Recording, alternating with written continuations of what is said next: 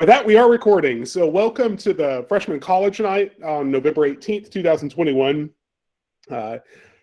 Again, we are recording this for people that couldn't be here tonight. So be aware of that as we move forward through the slides there. At any time during this, you're welcome to drop some questions into the chat. That is located at the very bottom right of your screen. If you just click that, you can go ahead and add a comment. I monitor that as I go through and try to respond to stuff so that it's relevant to the slides that we're currently on. So if you do have a question, please don't hesitate to use it. You can also absolutely ask a question audibly as well. Just again, be aware that you're being recorded. So that's the most important thing. So anyway, we wanted to do, or I really wanted to do 4 different college nights this year, just because the uniqueness of the situation that we are currently in, and kind of the fact that certain advice is really only applicable to certain classes.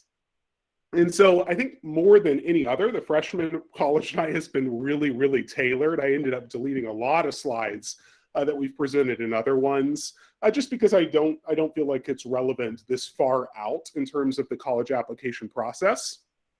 I also think tonight will be fairly good for a lot of parents who are new to Riverdale too, because we're going to be going over a little bit of who Riverdale is and how our classes are structured.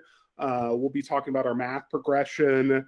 We'll be talking about honors classes. Many of the things that you may have questions about that haven't been really answered because of that shifty situation where we're getting a new principal, getting a new counselor at the time. So I'm hoping to answer a lot of those questions at the outset here. I'm sure we'll have some of these events as well as soon as we get past the winter break. So keep that in mind. And I do plan on offering another set of college nights for all grades, broken apart, again, probably in the spring sometime. So be on the lookout for that as well.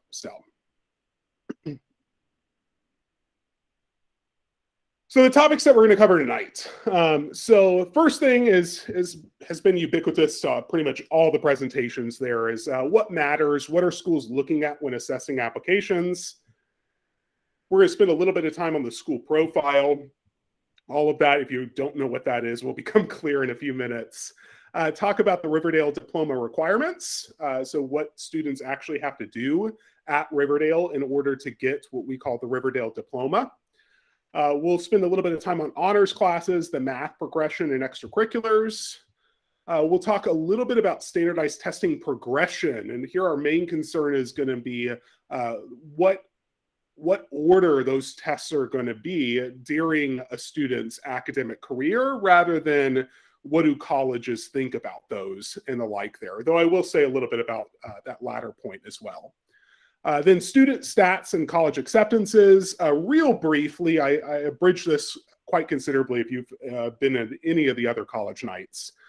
Considerations unique to the class of 2025, and a little bit of digression on Naviance, which again, if you don't know what that is, that's perfectly understandable. So for the start, and again, if you were in 10th, 11th, or 12th grade college nights, this will be very, very familiar. But for a lot of our freshman parents, this is your first student that's going through the high school, and I think that this is really important to understand. And it's something I don't think schools really do a good job prepping students for, in terms of what it is that schools are actually looking at and considering when a student is applying years down the road. And that's important because you're making decisions right now based off of what classes you're going to take, what your type of involvement is going to be, whether it's in an extracurricular or sport, building relationships with teachers and the like there. So this is the most current data that we have. And so this comes from the National Association of College Admissions Counselors, which is a consortium of counselors it's massive. I think they actually brought in another 20,000 members or something this year. But basically, every college is a part, every high school counselor, or at least a high school counselor at a particular school is a part. We had a conference back about 2 months ago where we had 3,500 people in person there. meeting, and that includes from colleges and from high schools all over the nation in Seattle there. But also note that this data comes from 2018 to 2019, so it's a little out of date, especially, I mean, it would be out of date if we didn't have any of the COVID-19 stuff happen, but it's really out of date considering all that happened there, right? So as soon as new data becomes available, I'm sure to share that with everybody, so don't worry about that. But do keep in mind here that the statistics there are really, I guess, focused on before COVID rather than after COVID. So if you notice, the most central thing I think that colleges are looking at when a student is applying is those top three categories, which kind of go hand in hand. So you have grades in all courses, grades in college prep courses, and the strength of the curriculum. So the first two categories can be a little bit ambiguous at times. It's sometimes hard to separate out what exactly the college prep courses are. So just be aware that in general, and this is generally speaking, most of those college prep courses are going to be the kind of the core requirements that students are fulfilling. So it's going to be your English, your science, your social studies, your math, some of your tech classes, things like that. However, with that said, your college prep courses can often depending on what you're applying for. So if you're applying for engineering or if you're applying for art history, the college prep courses that they're really going to be concerned with there are going to differ remarkably, right? So, your art portfolio grade is going to matter much more if you wanted to do the art history front. It's going to matter a lot less if you're wanting to do engineering there. But in general, college prep courses for most students will just simply be their core coursework. So really what colleges are doing is they're subtracting things like PE, they're subtracting things like health, and trying to really get down to classes that they believe prepare a student for what they're about to encounter in college.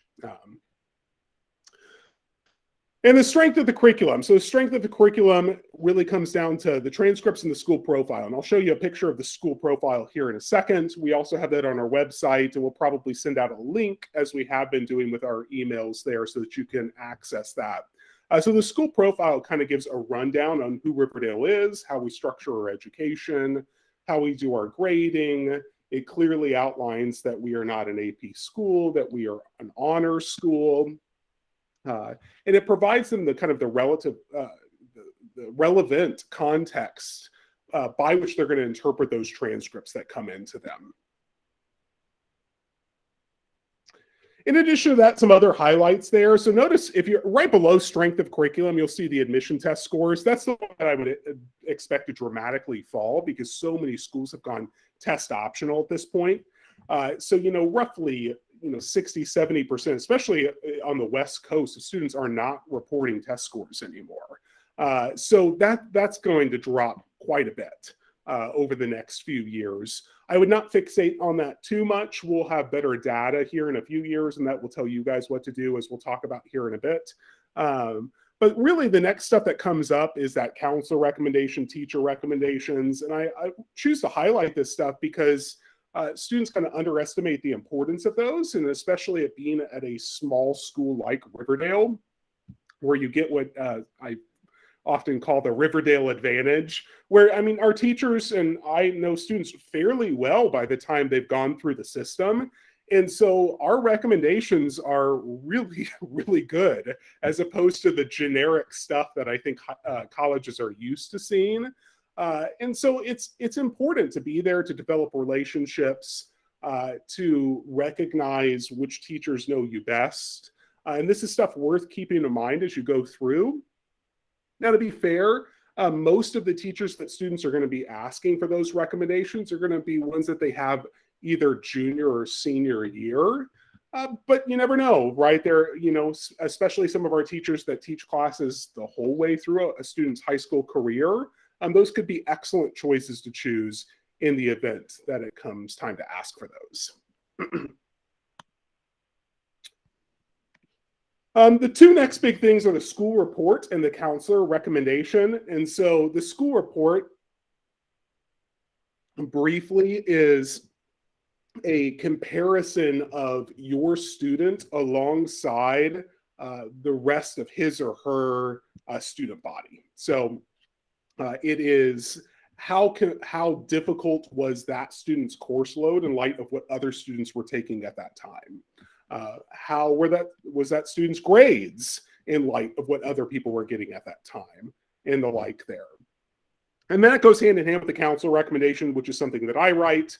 I walk around and interview all of our faculty, interview staff, basically anybody that I feel that knows a student very well. I send out a survey to students at that time that they can fill out, and they can indicate people that know them well that I should actually talk with, as well as some basic facts about them. Hopefully by that time I also know them pretty well, and most of the senior class I have a pretty good working knowledge of. However, in the event that I don't know a student, I can still write these things. So I think I do a pretty good job on it. So just keep that in mind as it goes through. But the council recommendation is literally this bird's eye perspective of that student and how they have progressed during their time at Riverdale, depending on what courses they've taken, how much rigor they have embraced, whether they've done anything important in terms of community or clubs or the like. There is stuff that we can put in there, or whether there's a trimester or two of grades that need to be explained, which is so often the case. That's what the council recommendation there is for as well. So just keep in mind that all those things are going in. So typically a student will be applying with 2 letters of recommendation from teachers and a counselor recommendation, so that by the time they end up in front of an admissions committee, it's a pretty personable presentation there.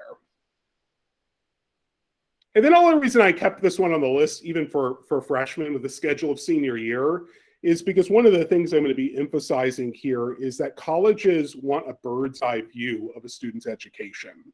And so even when students are applying after junior year, they're still looking for a senior schedule. They still want to know what classes that student is taking that year, so that they can kind of take a big step back and look at the trajectory that students have undergone from freshman year to senior year there. Whether there have been any trends, whether there have been any setbacks, right? How the student responded. And it's remarkable. I mean, you can pull up a transcript without even knowing a student, and it's almost as if the transcript tells a story in many cases, right? You can see where a student had a hard time, and often that's where they have questions, and that's what the counselor recommendation is intended to bring out there.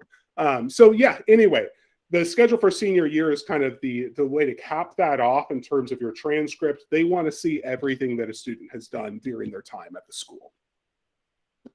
And again, if you do have a question, you can just drop that into the chat. Feel free to add those as we go along. So our school profile. So when I first started at Riverdale about 3 years ago, my first order of business was to modernize this because it looked like it was from the 90s. And so we worked on it pretty hard. We added a ton of information. During the first few years, I think the push for school profiles was minimalism. And so just getting the information across. And, after being up in Seattle at NACAC and talking with a lot of college reps from really good schools, they wanted a little bit more information on some things that they felt that high schools weren't giving them. And so we've added a little bit of that as well this year. So we're now at about 4 pages. We were at just, I think, 2 before that, 2.5 or so. So anyway, you can see the profile there. It outlines our methodology, our philosophy, that we're an honors college, that we offer some dual enrollment classes. We'll dip into the graduation requirements here in a second. So if you have questions about that, we'll have a distinct presentation on that. Community engagement with our service hours.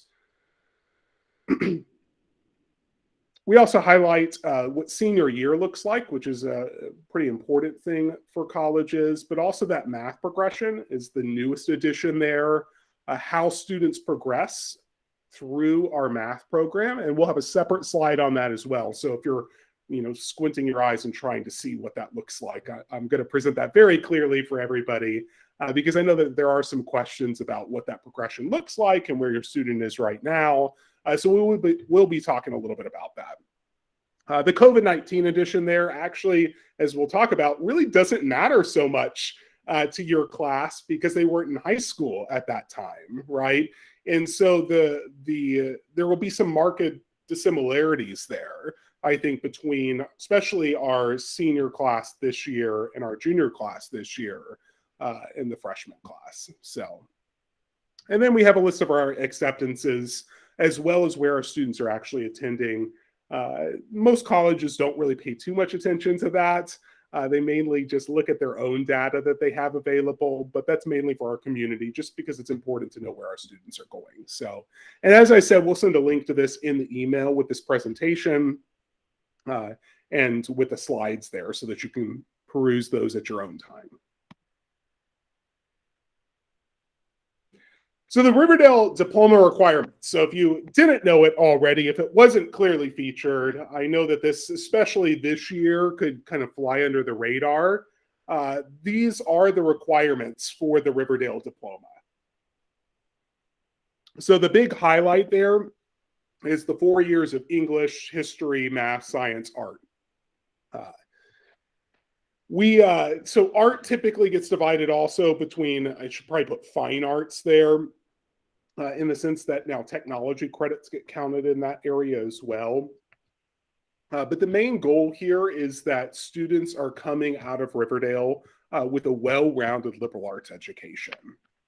And one of the reasons that our students do so well when they are applying even to Oregon and Oregon State is that in general, they have far more classes and core classes than students in the surrounding area, especially at public schools. University of Oregon, Oregon State's requirement, everybody has that 4 years of English, but you can be looking at 3 to 2 years at history, social science, 3 years of math, 3 years of science. And so when our students are applying with that extra year, it gives them a little bit of edge in terms of that applicant pool. And that's why generally a lot of our students who are well below the metrics for the average acceptance at places like Oregon and Oregon State are able to get in just simply because they have those extra credits there. So the world language is also an important highlight. This is important in two different ways because there's a lot of confusion that surrounds them. So world languages, it's 2 years of credits. And especially at Oregon and Oregon State, this is pretty important. They really require that 2 years of a foreign language credit in order to be accepted to the school. There are some exceptions that can be granted and the like there, and we can talk about that with your particular student if it ever came to that. But right now, as a freshman, you have plenty of time to get those credits in. Highly suggest getting 2 full years of language credits at Riverdale, and that includes seat time. So at some schools, there's going to be a big focus on just hitting Spanish 2A, 2B, and finishing there. So you could do that, for instance, freshman year. But some other schools are actually going to place an emphasis on 2 years where you're actually sitting in the classroom. So if you started at Spanish 2, you really needed to go to Spanish 3 as well so that you had 2 full years of seat time. Be aware that there is that differentiation for colleges. It really depends upon the school. Most, I think, are now moving towards that.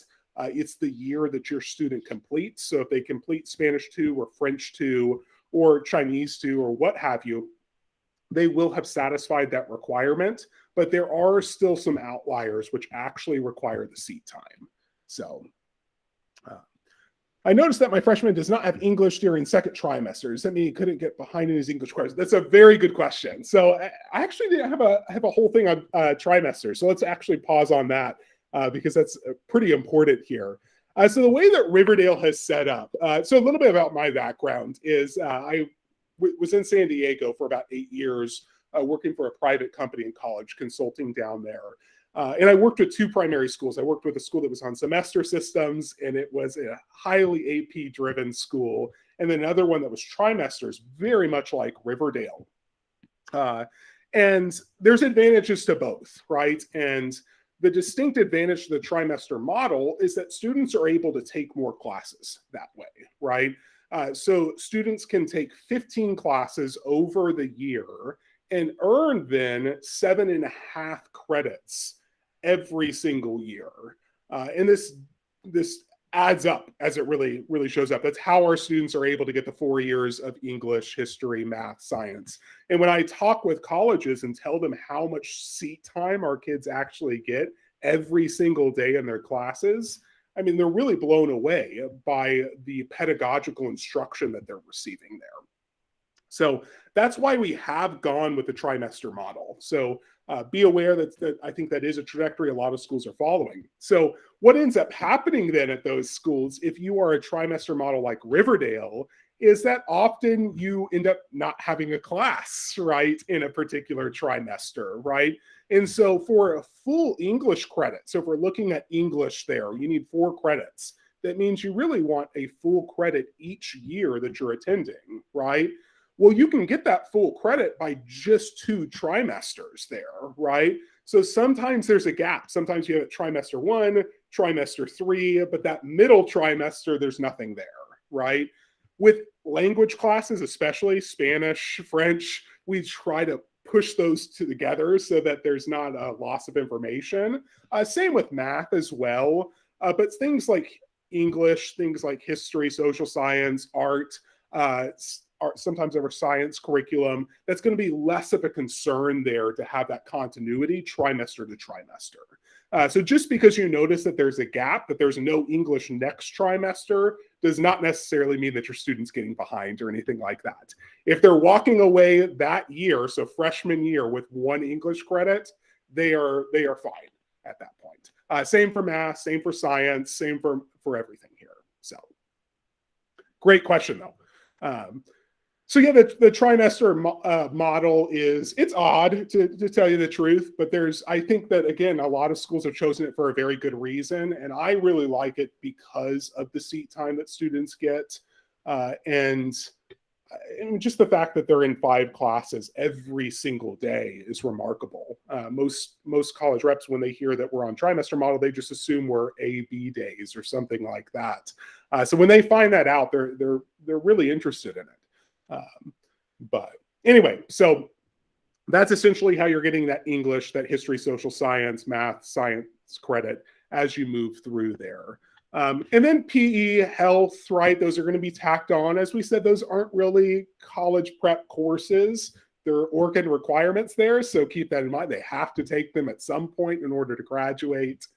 And then we have senior exhibition down there, which you'll learn more and more about as the years go on. But senior exhibition is our grand paper that seniors end up having to write. They spend a whole trimester on it, working with Laura Keldorf, who's incredible.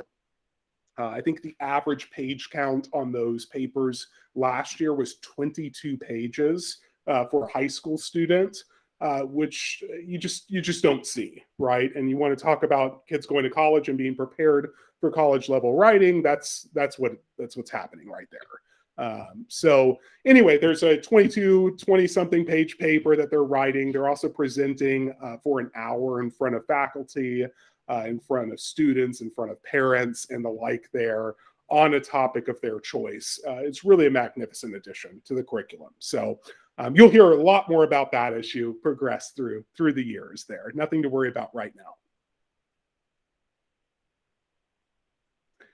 So our honors classes, as you know, we're not an AP school. We'll talk a little bit about AP stuff here in a little bit.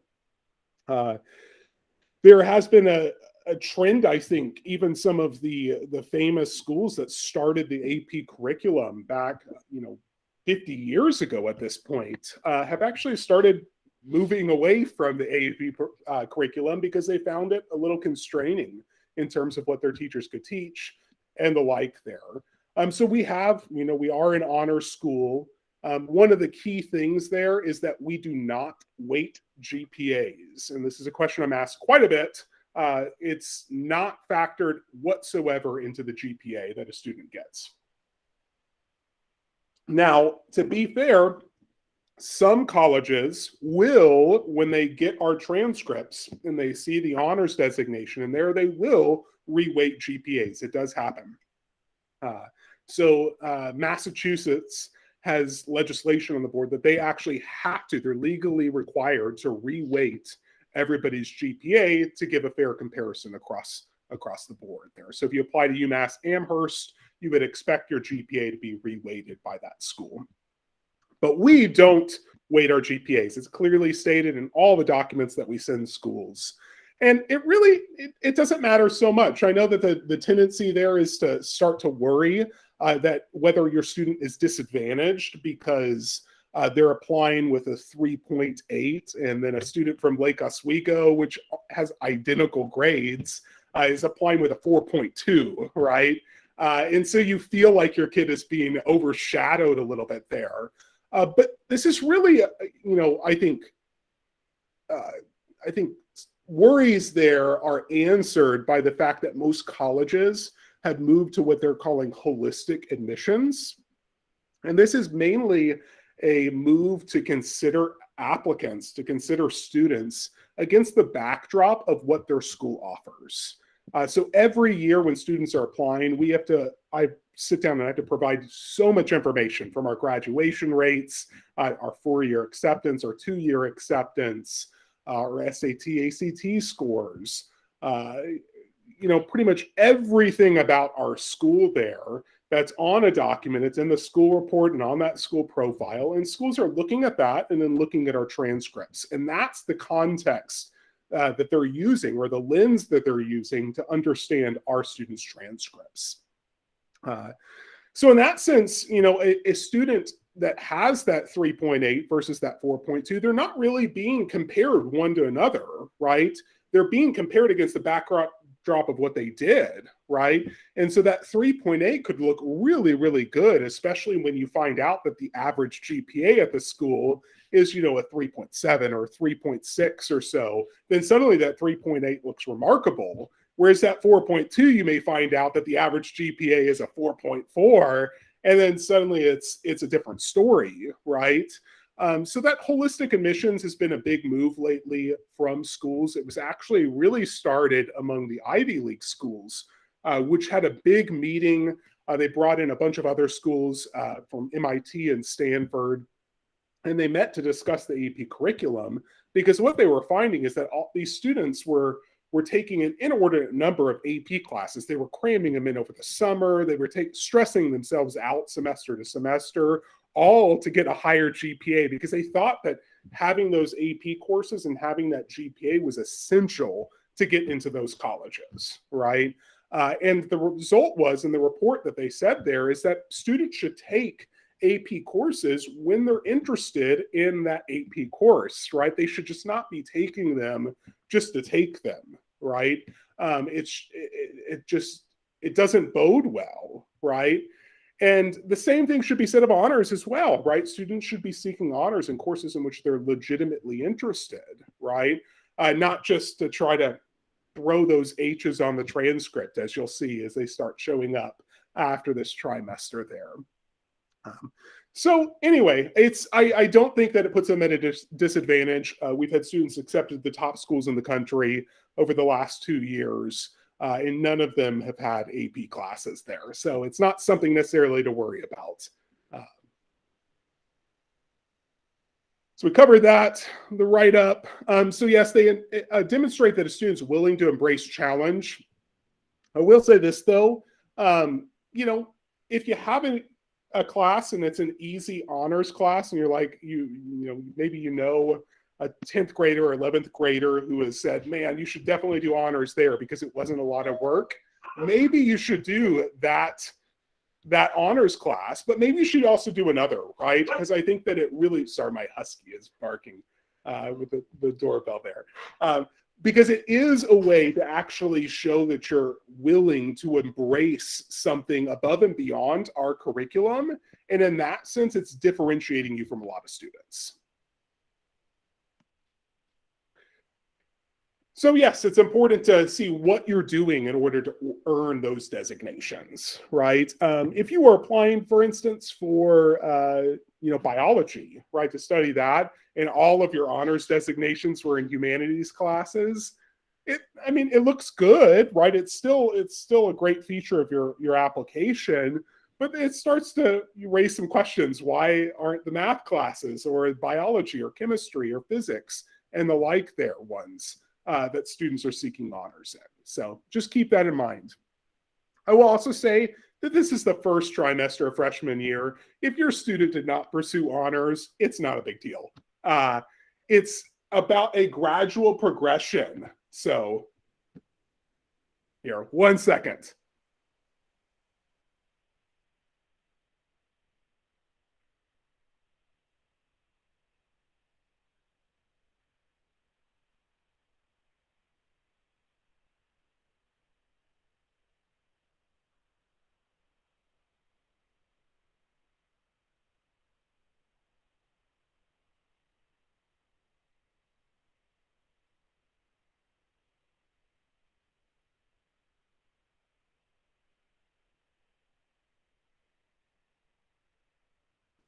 All right, sorry.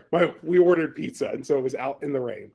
All right. Anyway, so what you end up choosing there is really indicative of what you're interested in studying. And I think that that's an important realization. If you haven't done it now, there are a lot of trimesters down the road. And I don't think that you should feel down and out because you missed this one particular opportunity. It's 5 classes. And often I think we'll see students, especially sophomore, junior year, start to really embrace a little bit more challenge as the trimesters go on. And then senior year, you really start to see that come to fulfillment there. So there is a rev up period. I don't think that you necessarily have to think that it's all got to be right now or next trimester as well. Start with 1, see how it goes. If you've already done 1 and it worked well, maybe go with 2. 2 to 3 is generally a pretty good ballpark for a lot of students, but that can be stressful at certain times depending on the course load.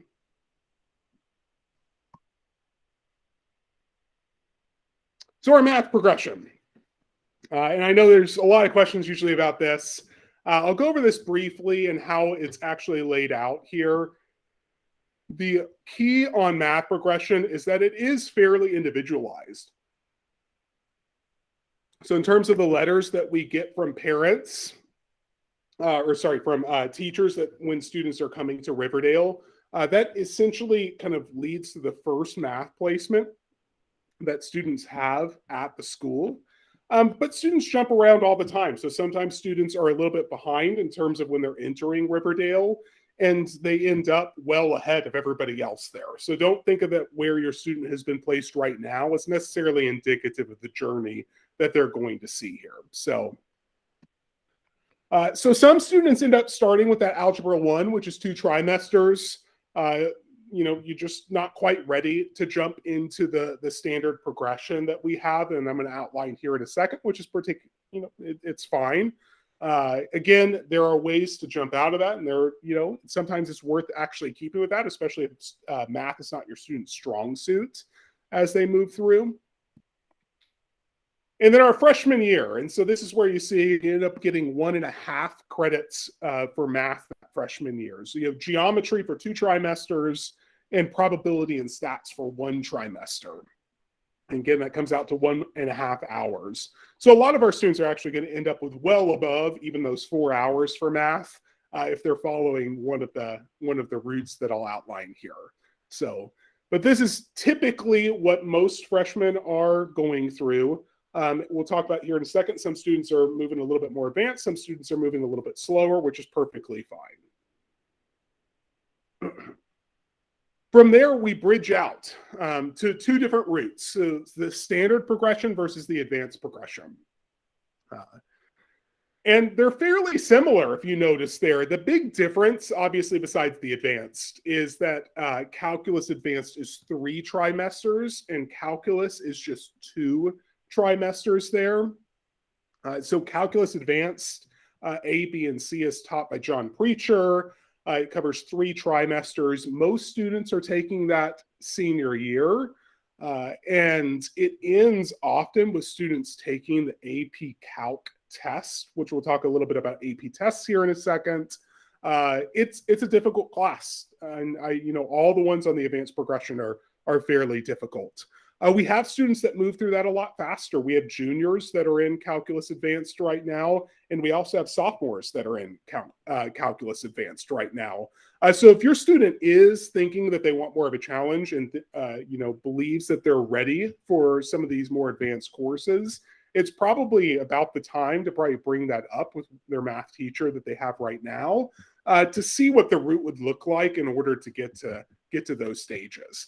So just keep that in mind here. Standard progression 2, we end with calculus for both groups there.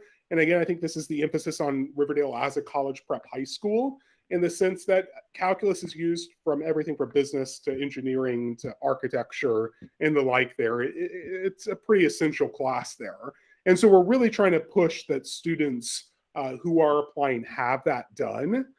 Now, sometimes you don't. Again, if you start out with Algebra 1, you may end up at pre-calculus, which is fine, especially if you're a humanities kid, or maybe you just want to take calculus in college. So there are those routes available there. But in general, that's how it divides for our students. And then for students that are moving a little bit faster, we also have an advanced statistics class. Some students who even finish calculus junior year, end up in advanced statistics there. So that is an option.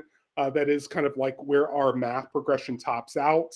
And this doesn't include any extracurriculars that we offer or anything like that. This is just the core coursework that serves as our math progression.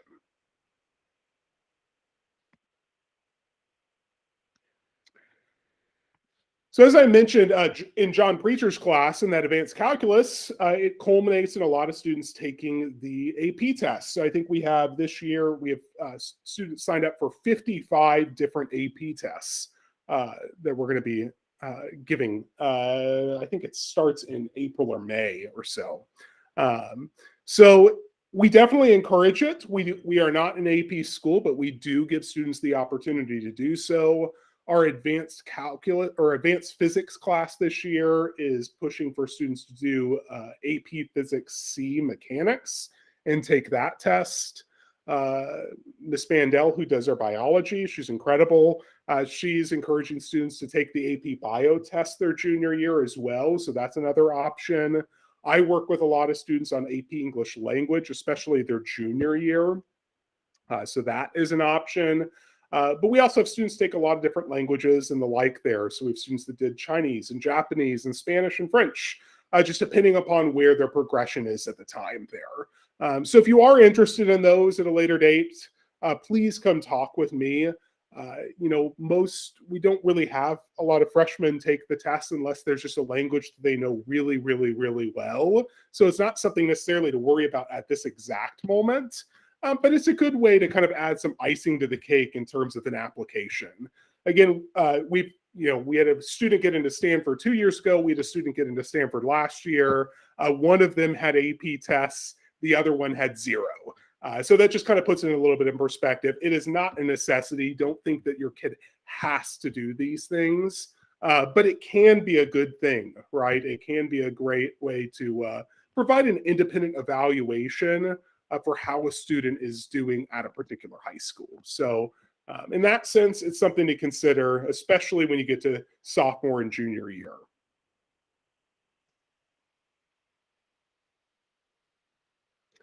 And then extracurriculars matter quite a great deal. I know they show up a little bit lower on that list if you go back to it when I share the slides there. And so people are a little bit surprised sometimes by that.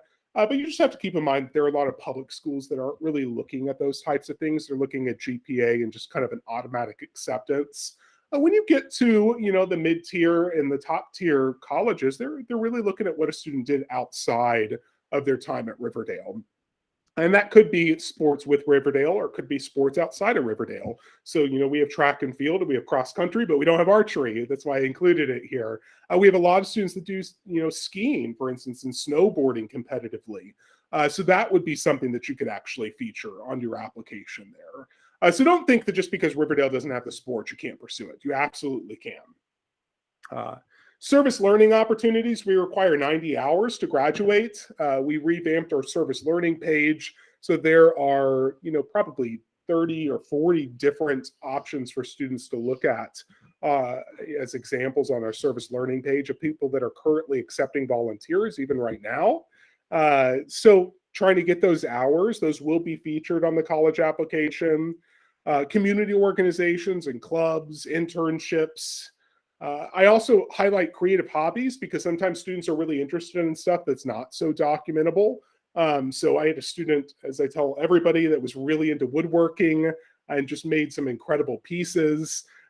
And this is something that I think, the student was passionate about, and we ended up taking a lot of photos of their work, submitting that as a portfolio, even though the student wasn't interested in doing woodworking in college, and just had fantastic results with their application. So finding that hobby that you're really interested in and still pursuing it. I don't think that you have to just kind of give that stuff up now that we're back in school full time. If you find it interesting, it adds character. It really shows who you are and what you're passionate about outside of those academics and the like. And summer experiences. You don't have to do, it does not have to be slave labor over the summer, right? Where you're doing things constantly, right?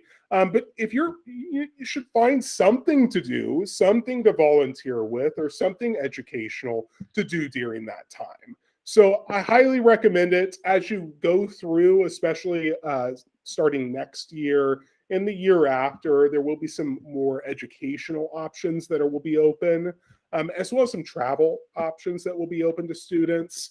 But the key is that don't just leave a summer break empty.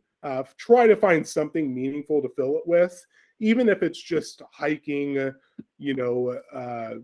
the Pacific Crest Trail or something like that could be memorable there. So is the community service requirement still 90 hours in light of COVID? So Joe, it's a great question. So we scaled it back to 75 hours for current students who had already had years where they were isolated, where we were not in school. Now that we are back in school, we are back to 90 hours. So for the freshman class, it is 90 hours.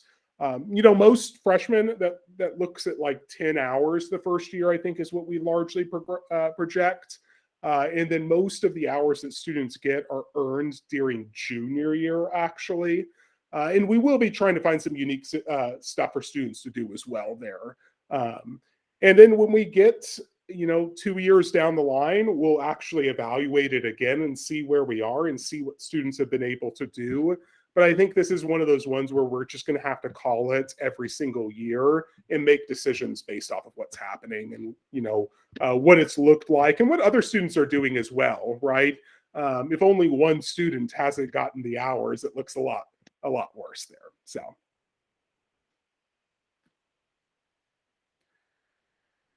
And briefly, I am going to get done at 7, so don't worry. Standardized testing progression. So the PSAT 8 and 9, which your students took, those results should be available in December. If your students created a College Board account, they'll have access to that probably before I will. Usually it's the second or third week. College Board sometimes drags their feet, so just be aware of that. But those will come out in December or so. From there, so they did PSAT 8 and 9 this year. Starting next year in junior year, they will be taking the PSAT at school. And I think the reason why we've kind of steered this way, Sarah Hansen and I have really pushed for this, is so that we really have good comparison data so we can see how a student is progressing, especially in math and reading and writing and the like there. So we'll have essentially 3 years of data for every single student to see how that is going. So they will be taking the PSAT sophomore year and junior year. That happens every year around October. So just be aware that that's a thing that's happening.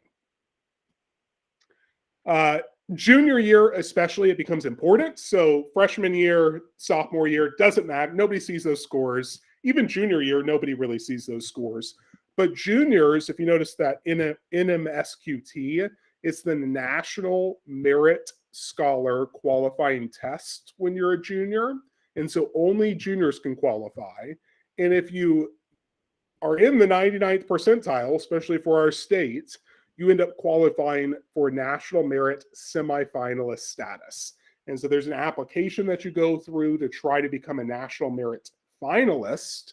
And that comes with some scholarship offers. It's really small. I believe the National Merit Award itself is $2,500 a year, which matters. I mean, it's college and it's expensive. But some schools will also give you tuition discounts if your student is a national merit finalist. So I believe USC still gives half tuition. So they just shave off half of it right there as soon as they find out that a student is national merit. So obviously that helps you a great deal there. That is only available junior year though. So be aware of that. And that brings up SAT, ACT. I'm still recommending it right now. This could change, and this is a year by year evaluation or even month by month evaluation in many ways. But you would be taking it either at the beginning or end of junior year, right? I think is the key, especially if your student is capable of qualifying for national merit. I would probably be targeting the SAT at the beginning of junior year. The school I used to work with in San Diego, for instance, every year they have roughly, I would say 30 to 40 national merit finalists. It's ridiculous. They had one year they had 25 kids get into MIT. It was nuts. Ridiculous school. But one of the reasons why is because all those students take SAT prep the summer between sophomore and junior year. And so they are like so ready for the SAT August and October. And so then when they go into the PSAT, they're more than ready to score their best on that test. So that can be an incentive to kind of do a little bit of prep early, I think, for some students. And I think that does end up having a positive correlation with national merit finalists there. So be aware of that. However, the key thing is, when did your student complete Algebra 2?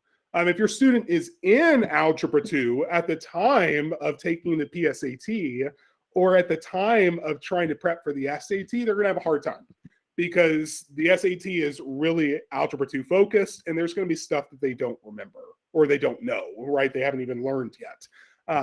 So if your student has finished Algebra 2, that's kind of a good litmus test of it may be time to take it.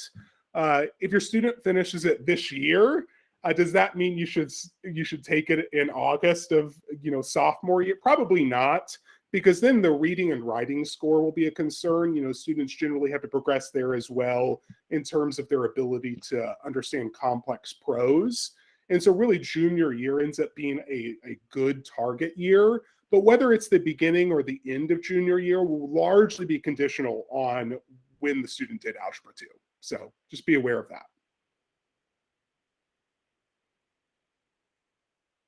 So our class of 2021 statistics, real briefly, what we looked like last year. So last year we had a 95% college acceptance rate to 4 years and a two-year college acceptance rate of 5%. So I think Lake O, Westland, and the like usually sit around 65 to 70% for 4 years. So these are really astounding numbers, especially for a public school. You really don't get better than that unless you're at a private school that's really selecting what students come into the building there. With that said, we're not opposed to the 2-year route at all, right? And even encourage it for a lot of students. I think some of the ones that went last year was really financially concerned and supported them the entire way through that. I went to community college my first year because I didn't even know what I wanted to do. I had to pay my way through college the entire way. So it ended up being fiscally the best decision. So that's something that we're not discouraging at all, right? But this is just how it shakes out for a lot of students, is that we have a huge number that are applying to 4-year colleges. That middle 50 GPA is that 3.48 to 3.94. And that's average number of honor courses over 4 years, right? So that's not just a year or 3 years. That's 7 over all 4 years that students are earning there. So if your student has already done 1 or 2, they're definitely getting there, right?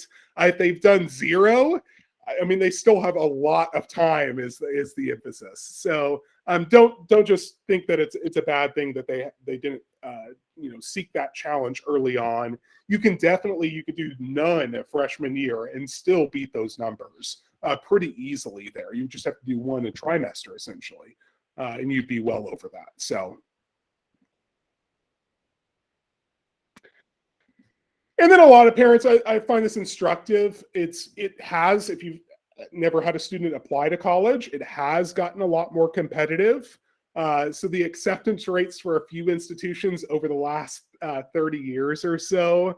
So University of Chicago is the stunning one. It used to be 78%. So meaning, 3 out of 4 students that applied to University of Chicago got accepted.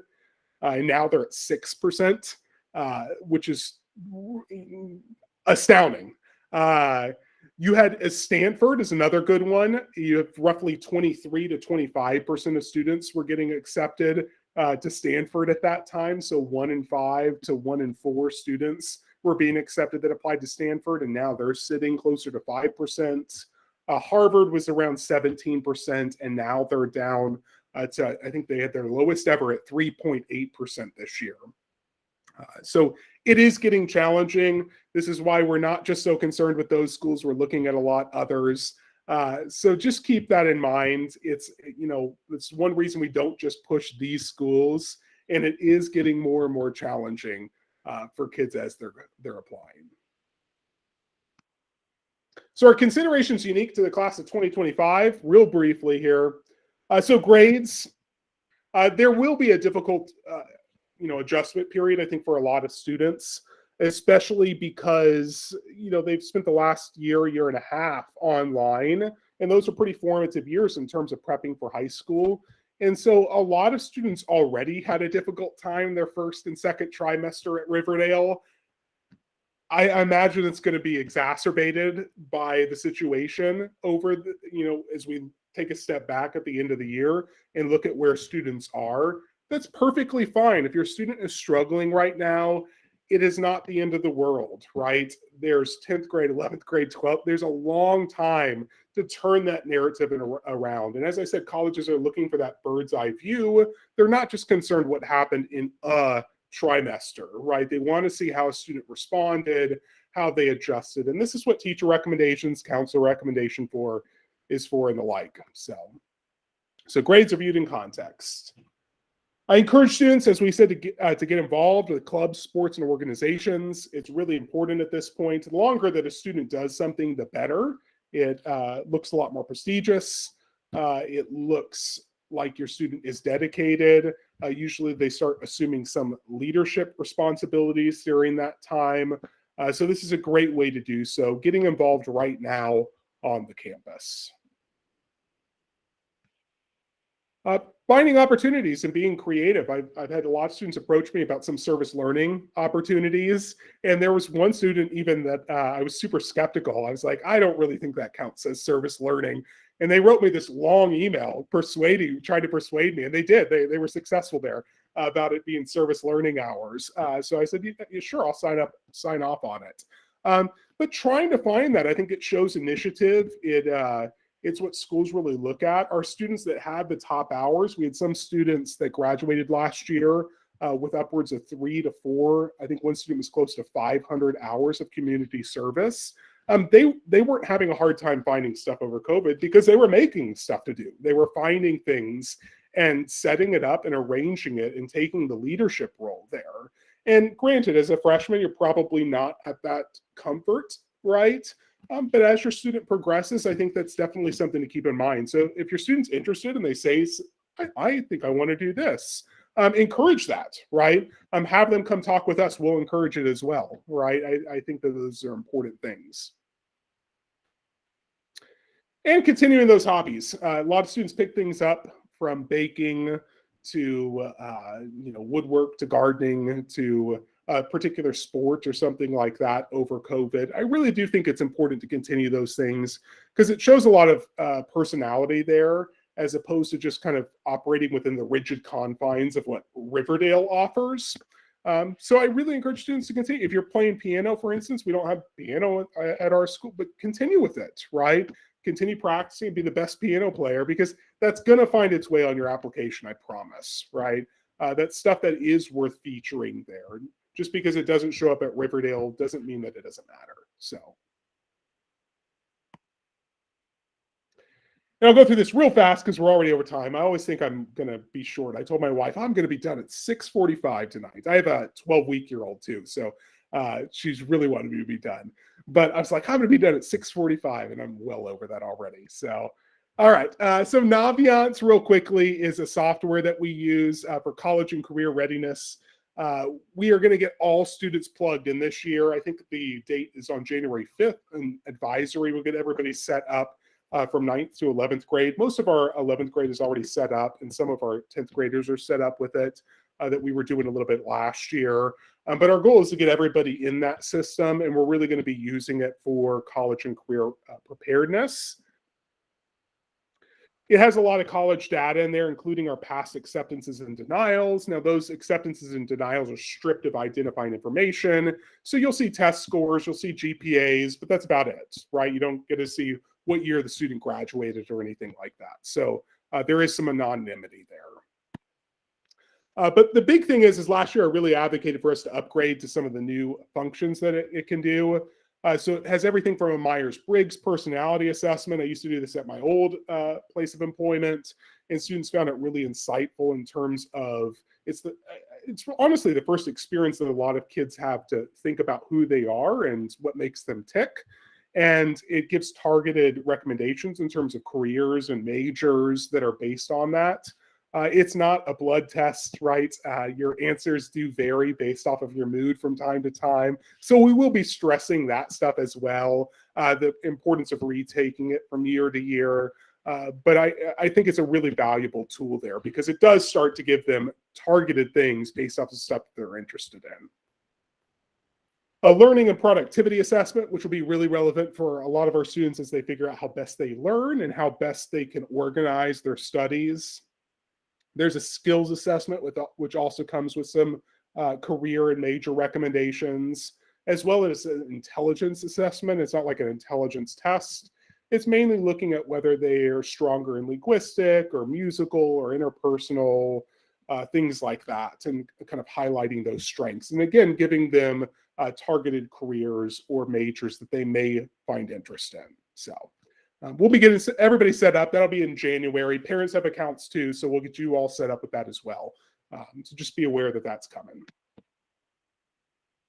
And that is it. So 7:05, that wasn't too bad.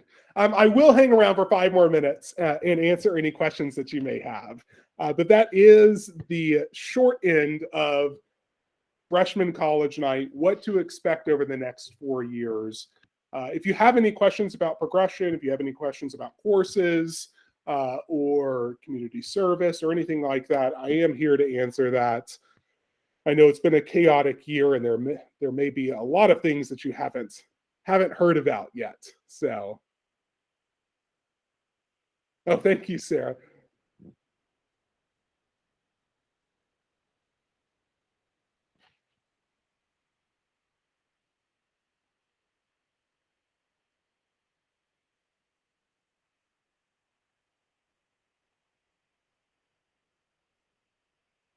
Thank you.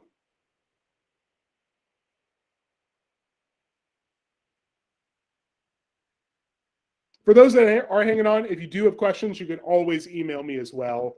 Especially starting right now, January 15th was our last early action deadline. So I'm a little bit more free now. We still have some regular decision stuff coming up, but I'm more than happy to set up an appointment and answer some questions. So, but if we don't have any more, thank you so much for coming. I'm going to stop the recording now. And it was